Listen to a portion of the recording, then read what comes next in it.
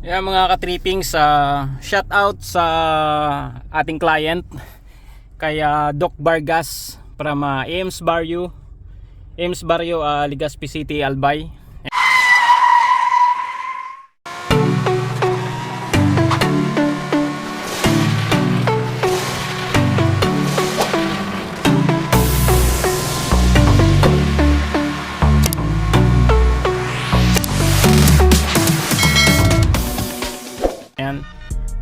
Salamat sa pagtitiwala sa pa-install mo ng Android head unit. Yan. Nag-upgrade siya. Ito na yung kinabit natin. Yan. Bali, kakalibrate na natin siya. After that one, good to go na yan. So, maraming salamat ulit kay Doc Vargas ng Ames Barrio, Legazpi City, Albay. Okay?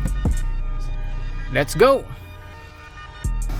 Yan mga ka-trippings, salamat sa nagpa-install sa atin ng head unit, Android head unit with a 360 camera. Ayan. So maraming salamat sa iyo sa pagtitiwala. Ayan, bali kinalibrate natin siya. Ito yung ating head unit. Ayan. So ito yung ating ginawa. Ayan siya, Android head unit. Nag-upgrade siya from 9 inches ng stock niya. In-upgrade natin siya ng 10 inch. Ayan. So tingnan natin yung ating camera. Ayan yung ating 360 camera natin. Ayan, yan yung ating harapan. Ayan yung sa likuran. Ayan yung sa gilid, sa left side.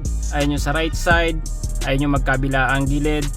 Ayan yung pinaka front camera natin sa harap, sa bird's view. Ayan yung pinaka harap natin.